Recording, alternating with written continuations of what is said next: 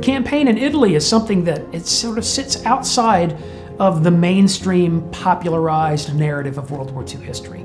But nevertheless, when people go there, people come away from that trip as one of the finest experiences of their lives. The campaign in Italy is far more diverse than the campaign in Northern Europe. You have an entire division of African American soldiers fighting for the United States Army in Italy, the 92nd Infantry Division. You have the Brazilians, you have the Poles, you have, of course, the British, you have a number of different nations, all of whom are piling into Italy to fight this campaign. And then in the middle of all of it, you have the Italian people who were at first partners with the National Socialist Third Reich, but then were victims of Nazi Germany. It was a war of mountains and mules. I mean, you see these mountain peaks that they went up on foot and fought. I wouldn't have wanted to have fought there. People don't know about it, but they're attracted to Italy. And so people are delighted, but they also end up going to places that even the Italians don't know what happened in some of these terrible places where they fought, at San Pietro, at Anzio. And the cemetery in Italy is most breathtaking of all.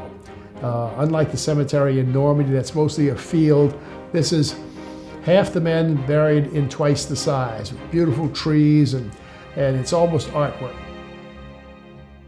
My father was killed in World War II, and he is buried in the American Military Cemetery in Nettuno. So this was my first chance ever to reconnect with my father. And for the first time in my life, I got an appreciation for what those guys really had to do. The boot of Italy is a very tough place to get through, even today, with a car.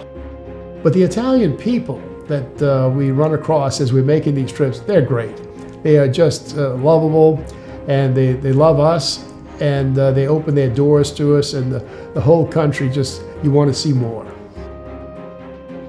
Italy is the home of artwork. So while we're going along studying a battlefield, a battle that they know little about, we're going to cross paths with artwork they know a lot about.